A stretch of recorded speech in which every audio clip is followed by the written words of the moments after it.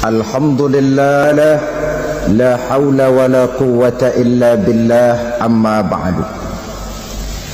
Bapak-bapak, ibu-ibu, saudara-saudara kaum muslimin rahimakumullah. Yang celakanya lagi, lahirlah budaya jilat menjilat, upeti dan lain sebagainya asal tujuan bisa tercapai. Sementara itu yang miskin ingin cepat menjadi kaya, sedang yang kaya ingin menjadi lebih kaya lagi. Kalau boleh tidak hanya sekedar dia saja yang kaya, anaknya harus kaya, cucunya tidak boleh miskin dan kere, bahkan cucu daripada cucunya pun harus jadi orang-orang kaya. Ini keinginan yang wajar. Setiap orang tua tentu tidak ingin meninggalkan anak cucunya dalam keadaan miskin dan terlunta-lunta. Yang tidak wajar kalau keinginan itu membuat orang lalu menghalalkan segala macam cara, menyalahgunakan fasilitas yang dimilikinya, apalagi kalau dia berada dalam satu posisi di mana seharusnya dia memberikan contoh dan keteladanan. Maka akibatnya timbullah krisis wibawa, yang dari krisis wibawa ini mengendorlah disiplin. Sesungguhnya orang lalai, orang tidak mau berdisiplin karena di mukanya, di matanya, dalam pandangannya tidak ada lagi orang yang dianggapnya berwibawa. Dan wibawa itu hilang oleh karena orang merasa tidak ada keteladanan yang patut dijadikan contoh dalam kehidupannya. Inilah sesuatu yang kurang dirasakan di zaman kita sekarang ini. Bukan kurangnya teori, bukan kurangnya segala macam kaedah dan dalil, tetapi yang kita rasakan sekarang ini kurangnya contoh dan keteladanan dari orang-orang yang seharusnya memberikan contoh dan keteladanan itu. Berangkat dari sejarah dan kehidupan Rasulullah sallallahu alaihi wasallam, keberhasilan yang beliau peroleh, salah satu dasar utamanya ialah satunya kata dan perbuatan. Tidak bermental ganda, tidak bermain minyak di atas air, tidak menggunting dalam lipatan. Lidahnya adalah hatinya, ucapannya adalah perbuatannya, dan apa yang beliau ajarkan kepada orang lain, beliaulah pelaksana pertamanya. Saudara-saudara kaum muslimin rahimakumullah. Sementara itu pada sisi lain, yang miskin ingin cepat menjadi kaya, maka ia terjebak dalam prinsip tujuan menghalalkan cara apapun saja dilaksanakan asal dia bisa segera menjadi kaya. Maka salah satu jalan yang banyak dilaksanakan orang untuk mencapai kekayaan tanpa harus peras keringat dan banting tulang seperti umumnya orang adalah melalui satu jenis permainan yang umumnya kita kenal dengan nama judi. Ada dua bentuk dan pola daripada judi. Walaupun seiring dengan kemajuan ilmu pengetahuan dan teknologi canggih, peradaban manusia semakin tinggi, maka jenis macam judi yang dimainkan oleh manusia ikut-ikut menjadi canggih. Tetapi pada umumnya ada dua jenis macam judi itu. Pertama, ada judi yang dilakukan secara langsung, dalam arti seorang petaruh berhadapan dengan bandar atau orang berhadapan dengan orang. Dari judi yang dilaksanakan secara langsung ini, efek negatif yang segera bisa kita lihat dengan nyata. Pertama, timbulnya rasa dendam dan permusuhan. Walaupun orang nampak duduk berhadap-hadapan, walaupun kelihatannya mereka tertawa satu sama lain, tapi yakinlah itu cuma sekedar kulit saja. Pikiran yang ada dalam benak tiap-tiap orang yang terlibat dalam perjudian tidak lain ialah bagaimana saya bisa mengalahkan lawan main saya. Akibatnya tentu bisa kita pastikan akan timbullah dendam dan permusuhan bagi yang kalah, akan timbullah rasa sombong dan menganggap remeh orang lain bagi yang menang. Yang kedua, lalainya orang kepada apa yang menjadi tanggung jawab dan kewajibannya. Orang bisa lupa kepada anak dan istri. Kalau kepada anak dan istri saja sudah bisa lupa, apalagi kepada yang lain sebab anak dan istri memang merupakan bagian daripada kehidupan kita. Konon lagi saudara, konon lagi keluarga yang lain, anak istri saja bisa terlupakan oleh penyakit dan permainan yang bernama judi ini. Yang ketiga, hilangnya rasa sayang kepada harta. Harta yang didapatnya dengan peras keringat dan banting tulang. Mungkin pergi pagi dan pulang sore. Setibanya dia di meja judi, apalagi uang tadi sudah bertukar dengan dalam bentuk koin, maka rasa sayang kepada harta itu tidak akan pernah ada lagi. Tetapi saudara-saudara, bagaimanapun juga, judi dalam artian langsung semacam ini hanya melibatkan orang-orang tertentu. Artinya selektif. Ada judi yang lebih berbahaya daripada jenis ini, perjudian massal.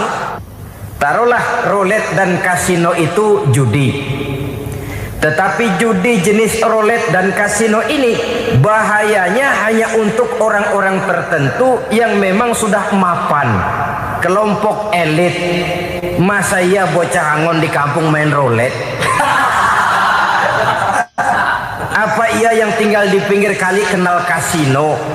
Ya entahlah kalau kasino Prambos ya. Dari judi massal semacam ini lahirlah penyakit yang dinamakan tulul amal. Tulul amal, orang yang terlalu panjang angan-angan. Bukan tidak boleh orang bercita-cita, sebab cita-cita itu perlu. Katanya manusia tidak makan masih bisa hidup 1 bulan lebih. Manusia tidak minum masih bisa hidup 3 hari lebih. Tapi manusia tidak punya cita-cita 1 jam pun dia tidak akan bisa hidup. Karena faktor yang membuat kita bergairah menghadapi kehidupan, faktor yang mendorong kita untuk tetap berusaha dan tegar menghadapi resiko, karena adanya cita-cita di dalam kehidupan kita. Tetapi cita-cita tanpa direalisir dengan usaha, cita-cita yang tidak berangkat dari kemampuan yang ada, pada akhirnya hanya akan merupakan cita-cita yang mengawang, tidak akan terwujud dalam kenyataan, dan akan membentuk manusia menjadi orang yang tulul amal, panjang angan-angan, terlalu muluk keinginan, tidak berangkat dari kemampuan dan kesanggupan yang ada pada dirinya sendiri. Maka penyakit inilah yang telah menghasilkan dan melahirkan penghayal-penghayal kelas berat, tukang-tukang ngelamun kelas tinggi yang hidup di angkasa luar. Dan sejarah belum pernah mencatat ada orang menjadi kaya karena judi, itu belum pernah. Saudara lihat saja orang kaya yang namanya Adnan Khashoggi, orang kaya yang namanya Henry Ford, orang kaya yang namanya Aristotle Onassis, orang kaya yang namanya David Rockefeller. Itu seluruhnya menjadi kaya bukan karena mereka terlibat dalam perjudian, tapi karena kerja keras, peras keringat, banting tulang. Dan itu dimulai sejak mereka masih remaja. Sehingga banyak orang besar yang mulai pekerjaannya dengan menjual koran. Artinya berangkat dari A. Banyak pengusaha mobil yang memulai pekerjaannya dari tukang cuci mobil, tapi lalu bertahap dan tegar menghadapi kenyataan, sehingga proses demi proses dia hadapi dengan tegar, dengan tabah, dengan sabar, dengan ulet, sampai kepada membuahkan hasil. Kita ingin pintas, kayaknya mau, usahanya tidak mau, senengnya mau, peras keringatnya tidak mau. Ini tentunya akan melahirkan kontradiksi di dalam kehidupan. Maka dari jenis perjudian massal semacam ini lahirlah penyakit tulul amal, panjang angan-angan, terlalu muluk cita-cita. Bayangkan saja kalau ini terjadi secara massal, menimpa nasib rakyat kita di pedesaan yang jauh dari keramaian.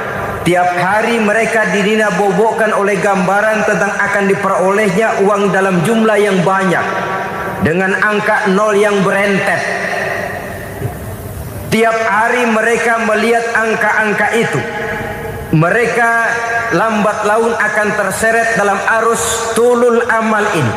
Panjang angan-angan, muluk cita-cita hanya dengan mengandalkan meja perjudian. Akibatnya timbul penyakit yang kedua, yang ketiga, yaitu malas berusaha. Orang kalau sudah terlalu asik berkhayal, menghitung bintang di langit, malas berusaha. Kalau ada temannya kerja jadi buruh kasar, bawa hasil yang merupakan jerih payah dan peras keringat dia, 1 minggu bergaji 10-15 ribu, diketawain. Apaan gaji lu 10 ribu 15 ribu, entar gua nih kalau ketembus 100 juta entar. Yang 10 ribu dan 15 ribu keringat orang itu dihina, itu dicela.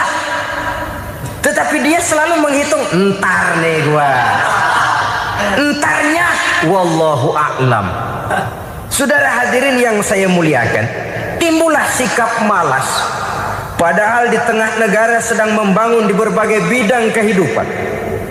Maka sifat malas ini merupakan musuh kita, baik mengejar kemiskinan, baik mengejar kebodohan dan keterbelakangan kita di sektor-sektor lainnya.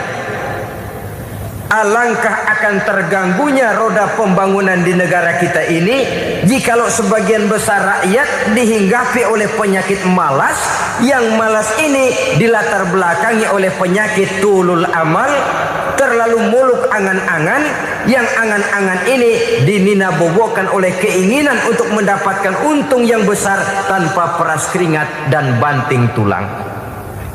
Sasaran yang lebih jauh, dan ini yang paling kita khawatirkan, hancurnya kubu-kubu pertahanan moral daripada bangsa kita. Kita sependapat bahwa lebih penting daripada membangun jembatan adalah membangun manusia yang membangun jembatan. Bahwa lebih penting daripada mengaspal jalan raya adalah membangun mental manusia yang melaksanakan pengaspalan itu. Dengan kata lain, membangun dan mempersiapkan manusia pembangunan. Tanpa itu, maka saya merasa khawatir kalau nanti kita tidak akan sampai kepada target yang kita harapkan oleh karena kandas di tengah jalan.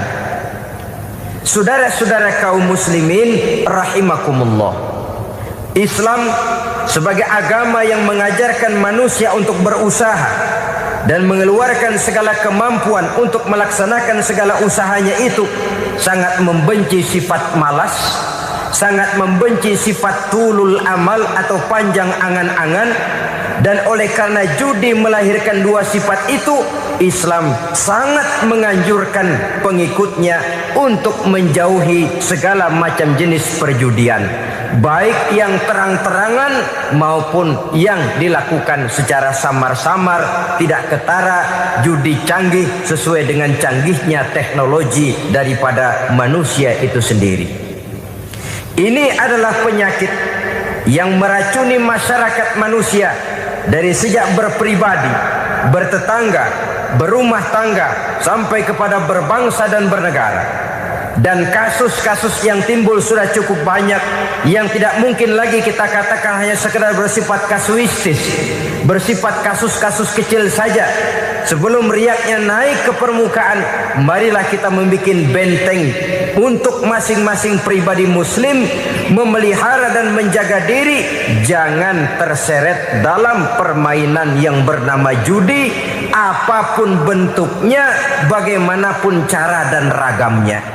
Karena jelas bahayanya lebih besar daripada manfaatnya. Taruhlah kita barangkali kemarin-marin hanyut dalam arus perjudian, tetapi hendaknya kita bisa mengambil pelajaran bahwa seorang mukmin adalah seorang yang apabila dia melakukan kesalahan, dia segera sadar, dijadikannya pelajaran untuk tidak diulanginya lagi pada masa-masa yang akan datang. Dengan sikap semacam itu, kita tidak lagi akan mengulangi kesalahan-kesalahan lama dan grafik kehidupan kita dari hari ke hari akan makin menunjukkan hal-hal yang baik dan positif adanya. Saudara-saudara kaum muslimin rahimakumullah, kalau ABRI masuk desa, rakyat beruntung. Kalau jaksa masuk desa, rakyat bahagia. Kalau koran masuk desa, rakyat ikut jadi cerdas. Tapi kalau judi masuk desa, rakyat kiamat. Pembangunan akan terbengkalai, roda perekonomian akan lesu. Karena mestinya orang membelanjakan uang untuk sesuatu yang dia perlukan, akhirnya dia belanjakan untuk sesuatu yang dia tidak perlukan, karena gambaran khayalan akan mendapat keuntungan yang jauh lebih besar lagi. Padahal istilah orang-orang tua kita dulu, lebih baik makan singkong betulan daripada makan roti ngimpi. Artinya uang yang 1.000-2.000 rupiah itu lebih baik dibelikan beras, dimasak, makan bersama anak dan istri, terasa nikmat dan halalnya, ketimbang beli kertas lalu ngelamun, menghayal, menghitung yang bukan-bukan. Itu kertas dibolak madep ulon, dibolak madep mudik, diputar sana, diputar sini, akhirnya palanya ikut muter. Kira-kira apa yang cocok? Masih belum puas kertas dilihat, orang gila ditanyain. Sudah tahu waras, orang gila yang ditanya. Masih belum puas nanya orang gila, tidur di kuburan. Allahu Akbar. Padahal di rumahnya tempat tidurnya empuk, anget, nggak ada nyamuk. Kuburan, tidur di kuburan. Dampak-dampak negatif yang semacam ini pada gilirannya mau atau tidak mau akan menyeberang kepada garis akidah, membahayakan dan mengancam nilai-nilai tauhid yang kita miliki. Sudah kertas dibolak-balik, tidak puas, orang gila ditanya. Orang gila ditanya belum maram, tidur di kuburan. Barangkali ada bisikan. Saudara hadirin yang saya muliakan, memang walaupun wahyu sudah berhenti, tapi Allah masih memberikan ilham kepada hamba-hambanya yang dikehendakinya. Tetapi ilham itu bentuknya positif. Kalau saudara pagi-pagi berniat, tahu-tahu datang pikiran nanti malam mau ngaji, itu namanya ilham. Kalau saudara sedang merenung, tahu-tahu datang pikiran, saya mau sedekah, itu namanya ilham, bentuknya positif. Tapi kalau ngelamun, tahu-tahu datang pikiran nomor sekian sekian sekian pasang, itu bukan ilham, itu belis. Saudara hadirin yang saya muliakan, tidak puas tidur di kuburan, cari yang lebih paten lagi, dukun ditanya. Nah, saya ingin menuduhkan persoalan. Apa tidak boleh orang ziarah kubur? Apa tidak boleh orang pergi ke dukun? Ini dalam kaitannya dengan judi, karena ini penyakit yang sudah merajalela, mewabah di kalangan masyarakat kita di lapisan yang bawah ini. Saudara hadirin yang saya muliakan, ziarah kubur bukan saja boleh, malah dianjurkan oleh Nabi. Tetapi ziarah kubur yang dianjurkan oleh Nabi itu dengan tujuan pertama, agar orang ingat kepada mati. Kafa bil mauti wa'izah, kata Nabi. Cukup dengan mengingat mati menjadi pelajaran bagi kamu semua. Maka etikanya diajarkan, kalau saudara ziarah kubur, sampai di depan pintu kubur itu kan, Assalamualaikum ya ahlal kubur wa inna insyaallahu bikum lahikun. Kami satu saat insya Allah pasti akan menyusul kamu. Kalau kamu sekarang berbaring di sini, satu saat kami akan berbaring di sini.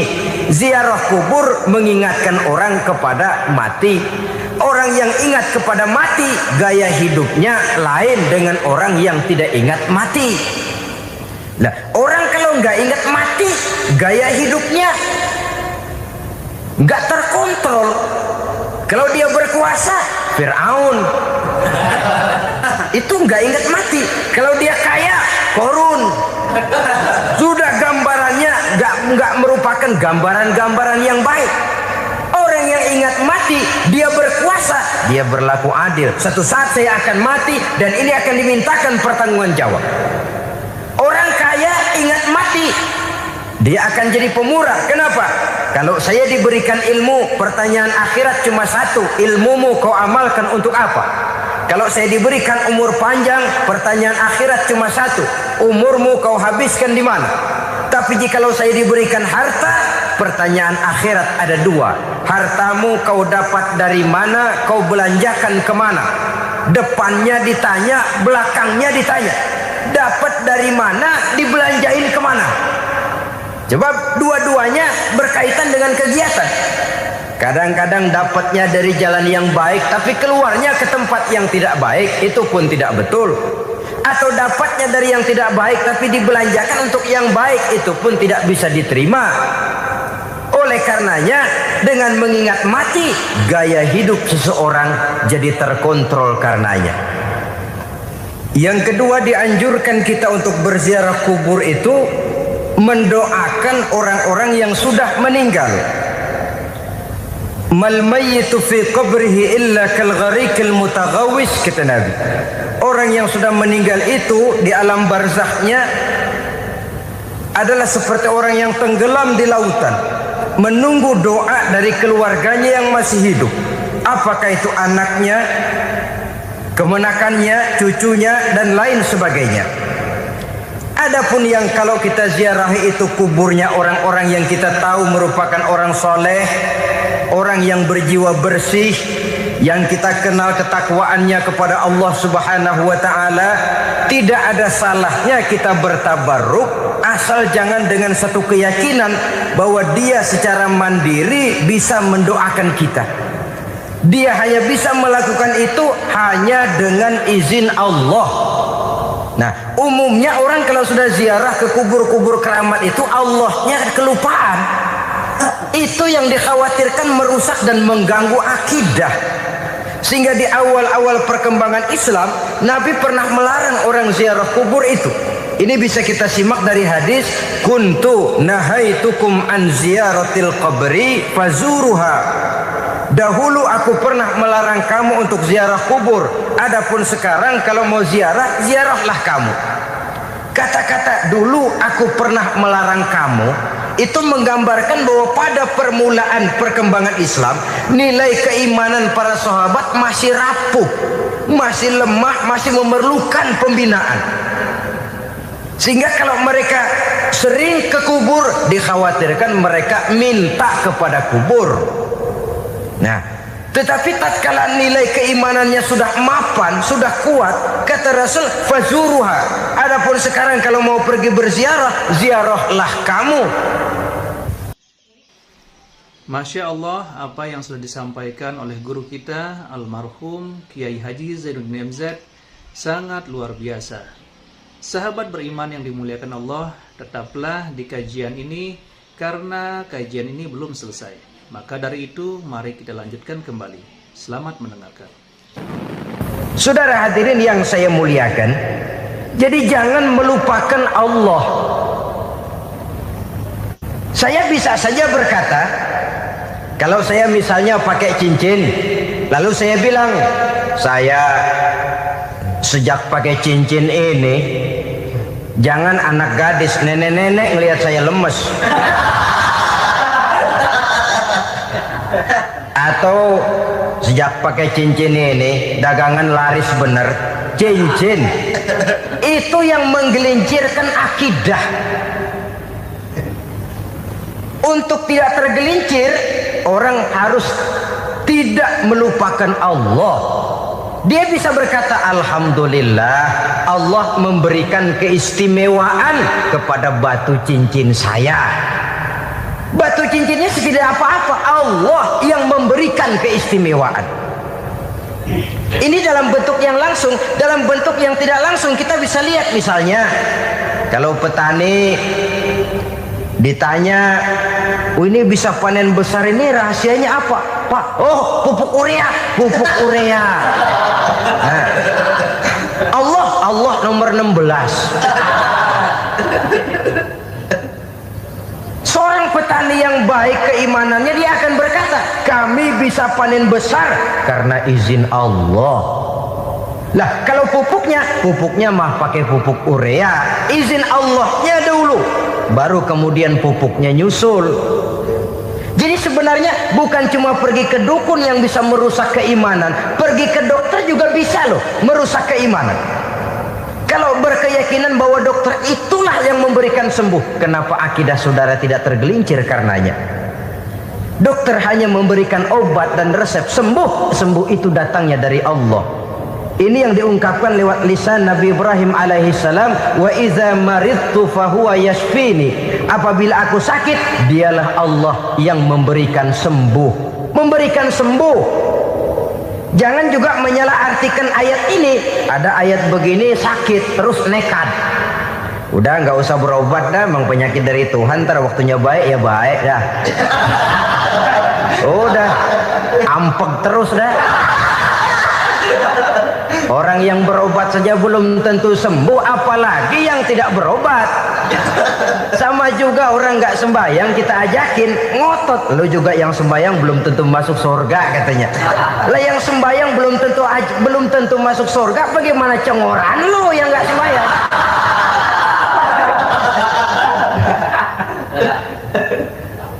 Saudara hadirin yang saya muliakan, kaum muslimin yang berbahagia. Jadi dengan demikian, maka jangan menghilangkan Allah. Kita, ajaran pokok dalam Islam adalah ajaran tentang tauhid.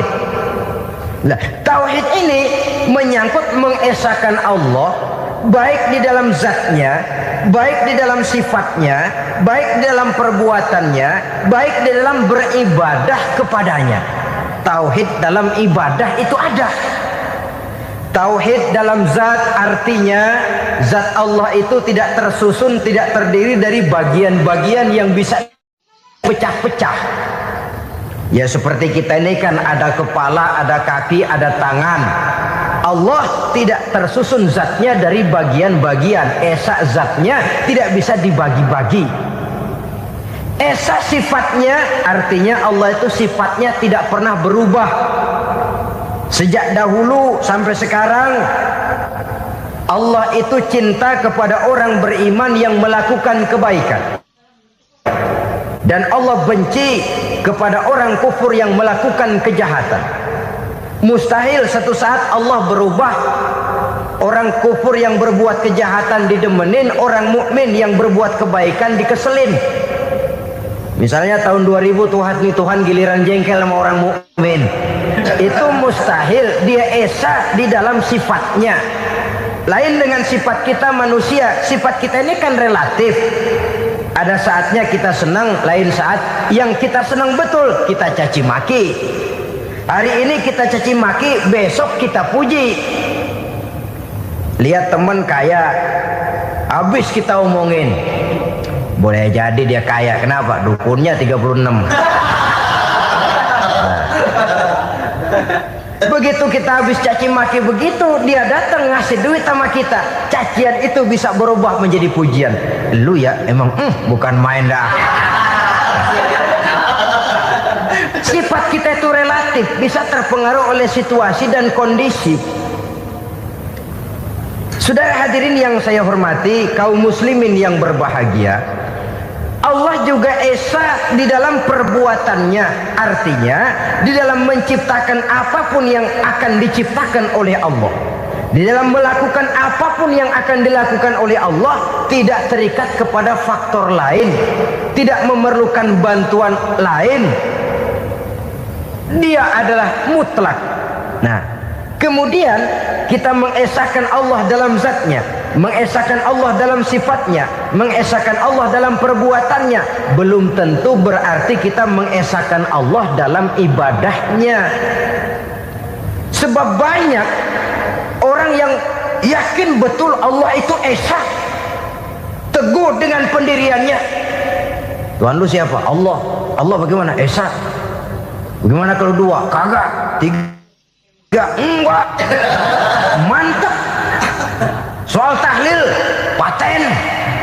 Tapi dalam ibadah kadang-kadang dia tidak mentauhidkan Allah. Ini makna wa ma umiru illa liya'budullaha mukhlisin. Kami tidak memerintahkan kepadamu kecuali untuk beribadah kepadaku, kata Allah, dengan ikhlas. Beribadah kepada Allah dengan ikhlas itu artinya apa? Beribadah hanya untuk Allah saja. Nah, kalau hanya untuk Allah saja, lalu kita minta berdoa di depan kuburan orang yang soleh, apa syirik? Tidak syirik. Kalau kita berkeyakinan bahwa orang tempat kita memanjatkan doa itu hanya bisa mendoakan kita dengan izin Allah. Dia sendiri tidak punya kekuasaan apa-apa. Tanpa izin Allah dia tidak bisa berbuat apa-apa. Itu tidak menyebabkan orang menjadi syirik. Sama saja dengan kalau saya berkata tadi, alhamdulillah Allah telah memberikan keistimewaan kepada batu cincin saya. Apa salahnya Allah memberikan keistimewaan kepada benda-benda mati? Allah memberikan keistimewaan kepada Hajar Aswad, benda mati. Allah memberikan keistimewaan kepada Masjidil Haram, benda mati. Allah memberikan keistimewaan kepada Ka'bah, benda mati. Orang tawaf keliling Ka'bah, sembahyang di Masjidil Haram, sujud menghadap kepada Ka'bah, apakah jadi syirik? Tidak, kita tidak menyembah Ka'bahnya, kita menyembah yang punya Ka'bah itu. Nah, di sini kita lihat bahwa fungsi Ka'bah hanya merupakan wasilah. Tapi kalau Allahnya kita hilangkan, jadilah kita penyembah batu. Hanya saja batu itu berbentuk 4 bernama Ka'bah. Sa'i, orang yang melaksanakan haji, lari-lari antara Safa dan Marwah, amalan apa itu? Seakan-akan kita menghormati bukit-bukit, gunung-gunung. Tapi bukan itu yang kita tuju dalam pelaksanaan sa'i itu.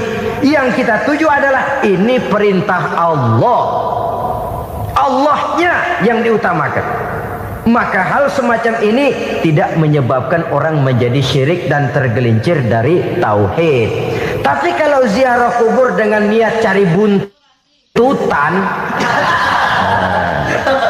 nomor yang cocok, ini niatnya saja sudah salah.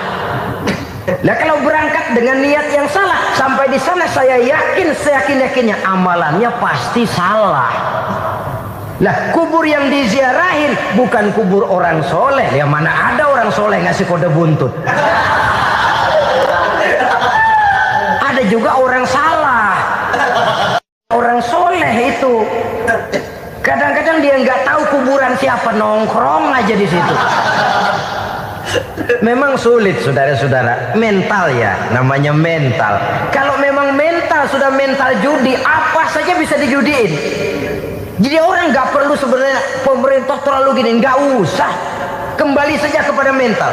Kalau mental memang sudah mental judi, apaan aja bisa dijudiin. Pulang tengah malam nabrak babi, babi yang keluar nih.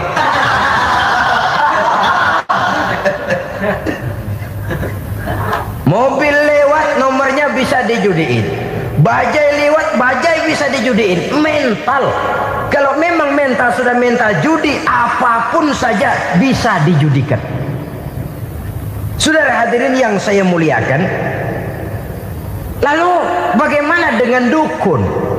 Ya, saudara hadirin, pergi ke dukun hakikatnya sama dengan pergi ke dokter.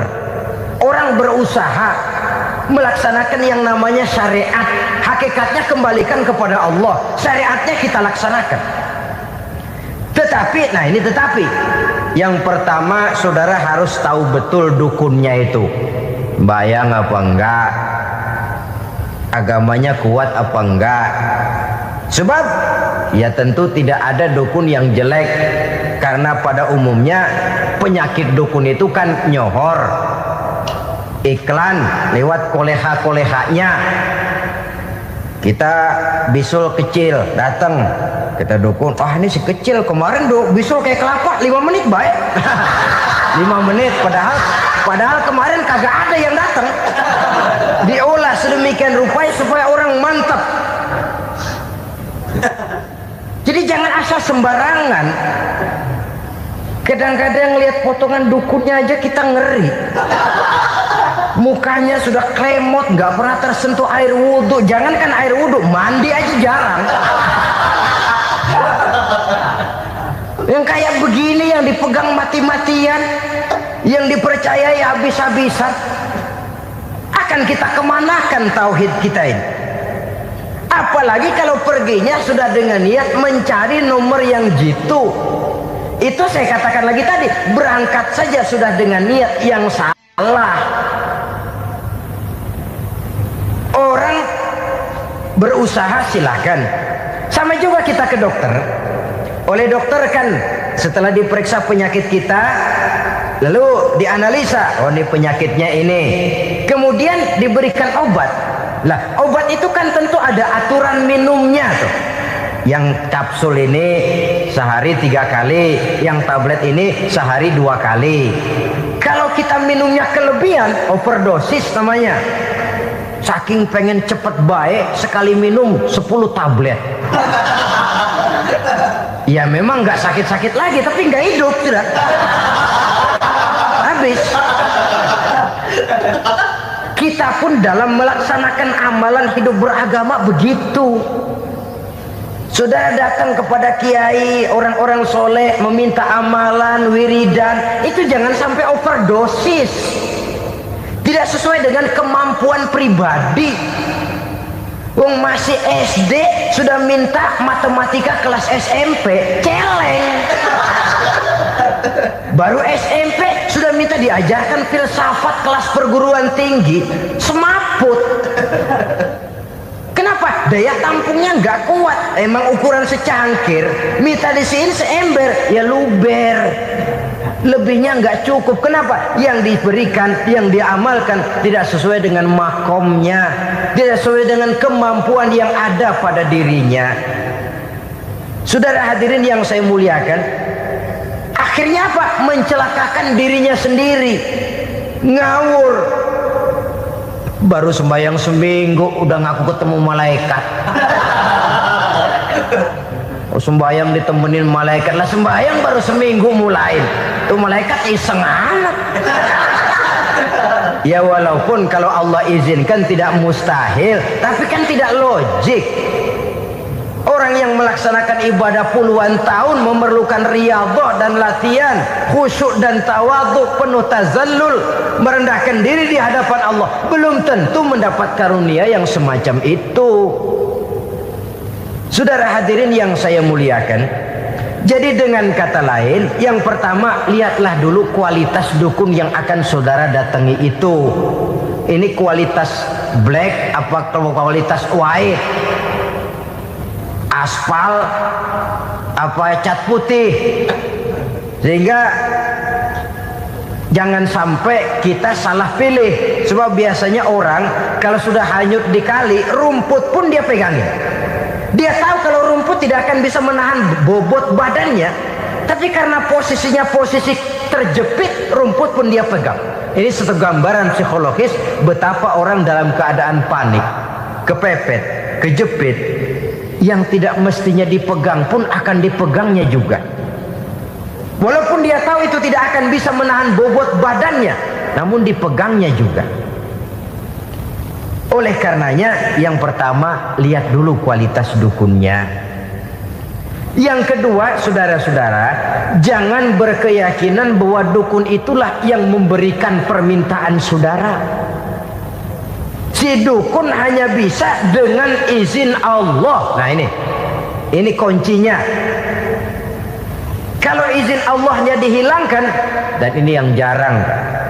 Biasanya kalau kita diajak ke dukun, di sono aja no paten banget, abah ano, abah ini, abah ano, abah-abah. Lah, lalu pikiran kita kan terfokus. Dikala itulah kita mulai menyampingkan Allah. Di situ yang dikhawatirkan nilai tauhid kita jadi tergoyah karenanya.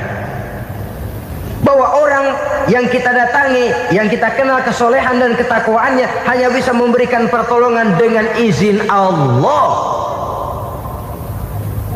Dengan izin Allah dia doakan kita dan doanya kabul. Dengan izin Allah dia penuhi hajat kita dan hajat kita jadi terlaksana, jadi kenyataan dengan izin Allah. Sebab Allah itu memberikan keistimewaan.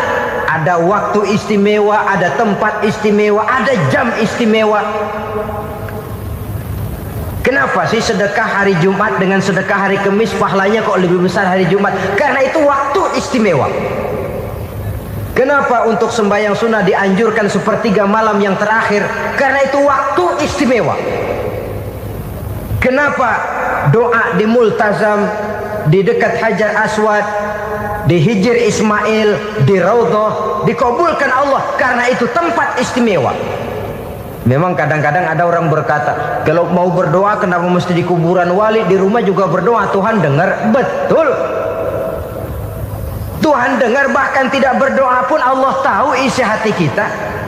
Tapi soal dikabulkan atau tidak, itu hak Allah. Dan Allah memberikan fasilitas kepada tempat-tempat tertentu dan istimewa. Dan itu diajarkan oleh Nabi. Di Raudhah perbanyak doa. Kenapa? Itu tempat yang mustajabah. Artinya Allah memberikan keistimewaan kepada tempat-tempat tertentu. Dalam konteksnya dengan ini, makom para aulia, para wali, para ulama soleh, tidak ada salahnya kita berdoa di sana, bertawassul, bukan meminta kepada si kiai, bukan meminta kepada si ulama, bukan meminta kepada si wali, meminta kepada Allah melalui tempat yang orangnya kita yakin dekat dengan Allah. Walaupun Allah tidak memerlukan perantara, itu jelas. Allah tidak memerlukan calo, memang. Tapi Allah menyediakan waktu dan tempat-tempat istimewa. Itu harus kita manfaatkan untuk mendekatkan diri dan berdoa kepadanya. Saudara-saudara kaum muslimin rahimakumullah, saya kembali dalam konteksnya dengan dukun yang akhir-akhir ini jadi populer karena merajalelanya judi sampai kepada desa-desa, pedesaan-pedesaan terpencil, yang akibatnya menjauhkan orang dari nilai tauhid.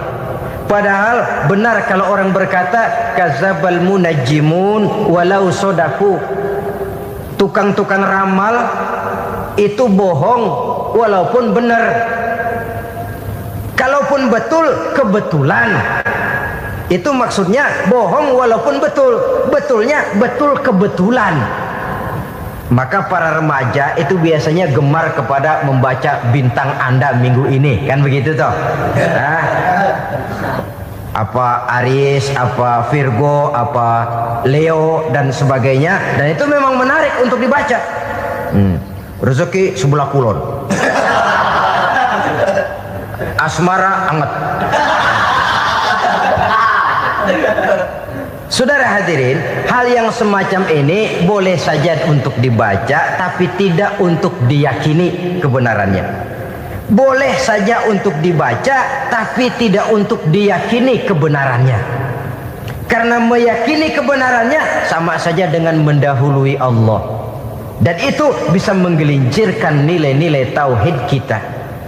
Tauhid dalam ibadah saya katakan tadi, menyembah hanya kepada Allah, bermohon hanya kepada Allah dengan menggunakan fasilitas-fasilitas yang disediakan oleh Allah, baik berupa waktu maupun tempat-tempat tertentu dan orang-orang. Ya, kalau waktu dan tempat saja ada yang diberikan keistimewaan oleh Allah, padahal tempat itu benda mati, apalagi manusia yang merupakan makhluk hidup.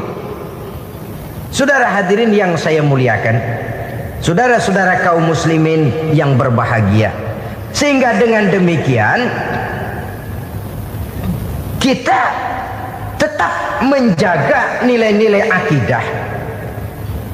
Dan dengan ini syariat kita laksanakan tanpa membuang hakikat. Sebab hakikat tanpa syariat itu kosong. Syariat tanpa hakikat juga tidak ada tujuan. Yang penting hati bersih, nggak sembahyang nggak apa-apa.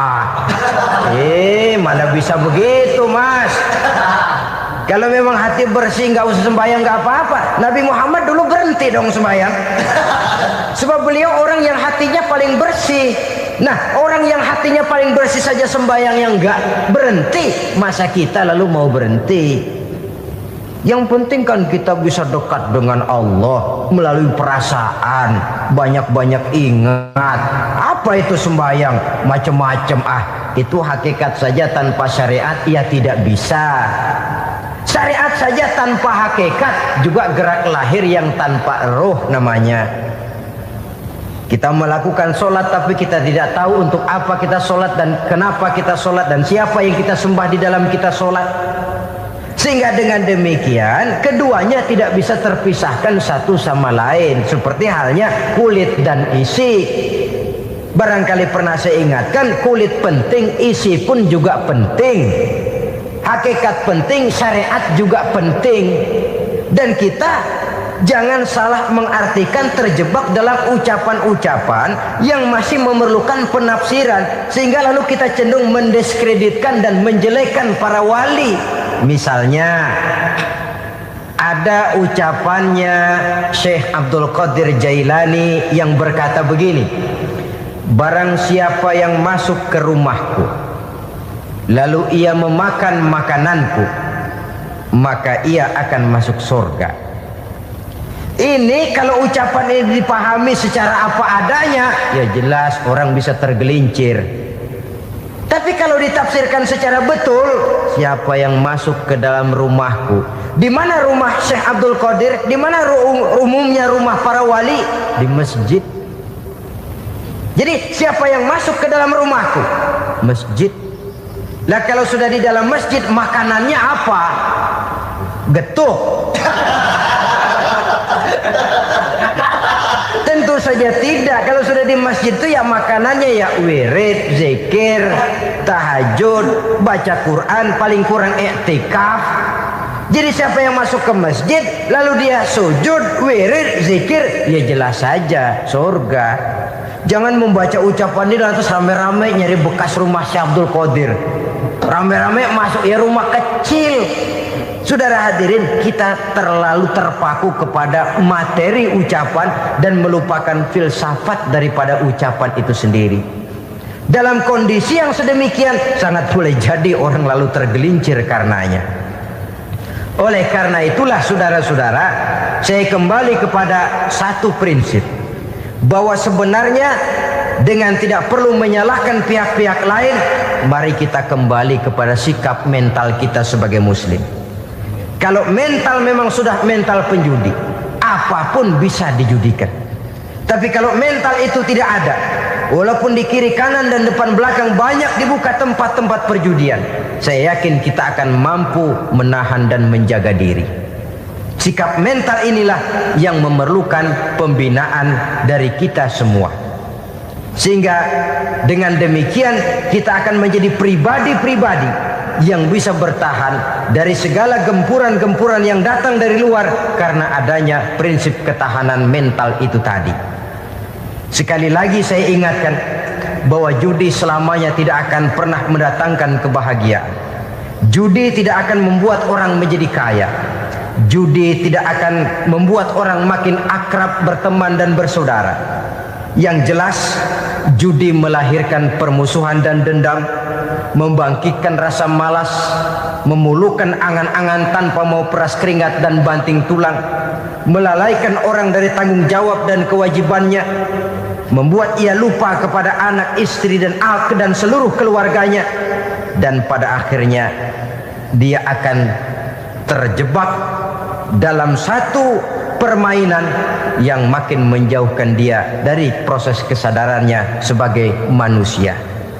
Sebagai uraian penutup, marilah kita renungi firman Allah dalam Al-Baqarah ayat 208. A'udzubillahi minasyaitonir rajim.